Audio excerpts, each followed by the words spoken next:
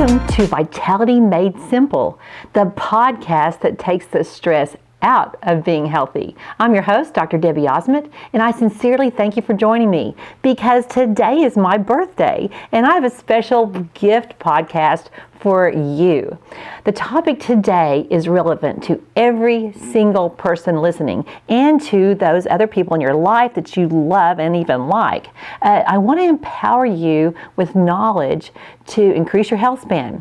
I want to help you be on the leading edge of real research, real strategies that are simple and that will improve your vitality. You know, it's well established that a happy and healthy gut is essential if you want to feel good, if you want to have a strong immune system, if you want to minimize time in the doctor's office, and if you want to have better relationships. I mean, it all matters. This is one of my very favorite topics because I have seen such dramatic improvement for minimally invasive efforts and really minimal money in terms of comparison to the rising and crazy healthcare costs. So if you want to have more energy and better relationships, this is information you're going to want. Now, people employ all kinds of strategies to help with their gut and digestive health. You know, we want our digestive systems to work optimally, and the health of the gut is just so foundational. It impacts relationships in so many ways. Because it impacts our social lives. You have to have the freedom to go out and live life and be with people, and you don't want digestive problems like diarrhea and constipation and gas and bloating to keep you home. You know, you don't have to be from Oklahoma to know that all those things will interfere with going out with your social life. And so when somebody's suffering from gut problems, you know, they'll try anything because we're designed for social interaction, and people want to feel better, so they'll often reach for pills. They'll, you know, both prescriptions and supplements. They'll spend a bunch of money on all that. They'll try, you know, conventional medicine. GI doctors, they'll try alternative medicine, say acupuncture, and integrative medicine. I personally really like the integrative medicine strategy because then we employ the best of all worlds. And to my surprise, several people lately have asked me my thoughts on colonic hydrotherapy to improve constipation. And of course, you know, that sort of makes my brain go into overdrive. You know, my thoughts on colonic hydrotherapy. Well, my first thought was, you know, why in the world would anybody go into that profession? I mean, you sort of want to think about the big picture when you pick a career. I mean, what kind of dinner conversation would that all lead to? I mean, can't you even imagine, you know, you're sitting around the dinner table and your spouse says, well, were you busy today? How did you run behind? Did the plumbing keep working? I mean, I realize, you know, that's not what my patients are asking about, but I'm just being very transparent to tell you the kind of things that pop into my head. My thoughts about colonic hydrotherapy are really about, you know, is this a good idea for constipation? And, you know, quite frankly, I don't have a lot of experience in that area, but I do know that it's probably got some benefits in severe cases because there are doctors that I highly respect that do recommend it. Nevertheless, the whole thought of something so drastic like colonic hydrotherapy does remind me of a passage in the Gospel of Matthew where Jesus is talking to the Pharisees. You know, the Pharisees were always just being so picky and telling everybody they weren't doing things right. And Jesus was talking about straining out gnats and swallowing camels. I mean, you know, we don't necessarily want gnats in our food, but we want to do first things first. There may be an indication for colonic hydrotherapy, but that may not be the place to start. So when people ask me about those more complicated and potentially risky strategies, I start explaining about foundational gut health. You know, the foundation for a healthy gut has some very basic things. It has to include optimal hydration, you know, real food that provides good nutrients, and then, you know, foods that contain prebiotic fibers that will help feed good bacteria. I always talk about fermented food, and So there's those basic things. And then, of course, that would include movement. That's always basic. That always goes with how we are designed. And I encourage people to find fun ways to get this movement, delicious food that tickles their taste buds. All these things are essential. They're part of our elegant design. But there is an area that's often overlooked. And this is my birthday gift to you. When it comes to gut health, we have learned that health starts in the gut, and the gut actually starts in the mouth. The mouth is often the forgotten orifice of the gut. You have this tube that starts in your mouth and goes all the way south. Now, this is not recent research, unless you consider 2,000 years recent research. Hippocrates said that that an infected tooth could be causing arthritis. In fact, I wrote my master's thesis and called it the forgotten orifice because I was in this awesome program at a medical school in functional medicine, and even though I just learned tons and loved it, the mouth was really not addressed as an integral part of systemic health. We would talk about inflammation, but we wouldn't look in the mouth first. And it is a key place that affects all parts of your body, but specifically gut health. So the key now is that we have DNA technology to prove these observations. I want to put a wonderful article on your radar that is from November 29th, 2022. It's a research article entitled Fusobacterium nucleatum and Colorectal Cancer, from Phenomenon to Mechanism. Now, gut health, there's this whole spectrum of gut health. You don't just jump to colorectal cancer in most cases. There are lots of things that lead up to it. And a real key to feeling good is along that whole spectrum. Now, colorectal cancer is the third most frequent malignant tumor, and it's the second cause of cancer death. So this really matters, and this is a global problem.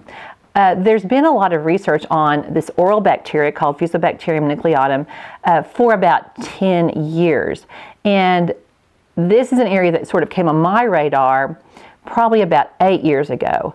This is a bacteria that starts in the mouth, but it translocates. In other words, it travels to the gut, and there it causes lots of problems. If you listen to Vitality Made Simple, you'll know that I love to talk about Fusobacterium nucleatum because it's generally so simple to decrease in number. Now, this is an area that you have to be the informed consumer because, things move slowly in the medical world, and there are a lot of physicians who maybe are still practicing based on what they learned in medical school. A lot of dentists still practicing on what they learned in dental school. And not everybody. So you have to be very informed, and you have to know who to listen to. Interestingly, it came on my radar, I started using salivary testing maybe 12 or 13 years ago, but then I first realized how important this bacteria was probably about 8 years ago. I had a patient referred to me from a physician who had gut problems. And the physician had given her metronidazole, which is Flagyl, an antibiotic, and when the patient would take that, she would feel better for a while, but then it would come back with a vengeance. Well, so I tested her with a saliva test and found that she had high levels of Fusobacterium nucleatum in her mouth. Well, that's what started my deep dive into understanding that this bacteria that starts in the mouth has a great impact on the gut. If you look at past podcasts, you'll see one called the mother-in-law bacteria. That's about Fusobacterium. It basically is a bacteria that is a naturally occurring bacteria, and at low levels it doesn't cause problems, kind of like your mother-in-law. I'm a mother-in-law. I can't stay too long, or I drive my son-in-law crazy. But if it overgrows, if I do stay too long and give a lot of, unnecessary advice, or even start moving things around in their pantry, then I become a problem. And that's what Fusobacterium does. It sort of it colonizes in the gut, and that's where it causes big problems. So, whether you are suffering or your friends are suffering from any kind of digestive issue, such as constipation or diarrhea, know that it could be starting in your mouth. It could be this bacteria, Fusobacterium nucleatum, starting in your mouth, traveling to your gut. It could also be other bacteria, but this is certainly the place to start. Find a dentist and our dental hygienist who will look at your mouth from a full body perspective. If you're told that, you have a little bleeding, and a little bleeding is normal, then you need to run. You need to find another dental office. And because the research is, oh my gosh, it's everywhere. I probably have 500 articles about this alphabetized in my house. This is global research because we have DNA, and we can find the DNA of these bacteria that has colonized to the gut and is causing problems. The DNA of Fusobacterium can be in polyps, it can be in tumors.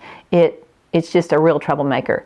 And one of the first signs of any gum problems in your mouth is bleeding when you floss, bleeding when you brush, bleeding when you do any kind of little picks. Now, bleeding might be normal in terms of typical or common, but so are gut problems. So if you have bleeding gums, you've got to address it, and you want to find a dental office that will address it. Probably your best friend in the dental office is an excellent dental hygienist who knows what to look for and who's informed. I'm a dentist, but I think generally dental hygienists are way more informed in this area. My goal is for everybody to be informed, but it's kind of a slow-moving train at this point in the dental profession. Now, any bleeding at all matters. It doesn't matter if it's just a little bit. A little bit is important. Another thing your dental hygienist can do is to measure the pocketing around your tooth. Now, this doesn't require shots. It's very standard of care, and it's something that should be happening once a year, at least once a year. That's 6 places around every tooth. It's called a comprehensive periodic exam. This is something that we think is just about the teeth, but really when it comes to early gum disease or moderate gum disease, the teeth are the last to go. This problem is affecting your vitality, your health span, and your risk for gut problems at a much earlier than it's affecting your teeth. And then there's always saliva testing you can do, or stool testing. I'm going to do a more in-depth podcast on salivary diagnostics and how they relate to stool testing in the future. It's not just about teeth, and in my experience, we so often can overlook bleeding because it's just so prevalent. It affects the gut, it affects the heart, it'll affect your mood, it'll affect your sleep, it'll affect all your propensity to have chronic disease. Fusobacterium is a big deal, and it just doesn't do a lot of damage in the mouth. It damages everything else first. It must be removed at the source. And as I said, early periodontal disease is easily ignored. It's like, you have a little bleeding. And in fact, in terms of teeth, that's very accurate. And your dentist is really telling you the truth. In terms of your teeth, that's not a big deal. I mean, that is early disease, but it doesn't mean your teeth are going to fall out next week. But it may be way bigger in terms of your health span or propensity for disease. And even though it's normal, we want to resist normal. Here at Vitality Made Simple, we don't want to be normal, because normal is just this usual pattern, this regular pattern, and that's exactly what bleeding is. Normal is what is typical at a time in history. Consider what normal is in our world. It's dehydrated, irritated, constipated, frustrated, overscheduled, overstimulated, undernourished, underrested, inflamed, and totally stressed out. I hope that you will celebrate my birthday with me and see if your gums bleed. Ask yourself some questions. You want to have early intervention. Early intervention is not painful, it's generally not expensive, and there are lots of things you can do. I have resources on my website that are free that can help you And this is really, really a big deal. It really matters. Find a dentist who is current on global research. This is not new. Find a dentist who is not in a hurry. Find a dentist who will get to know you and what your desires are for more vitality. Now, vitality requires discernment. It requires intentionality.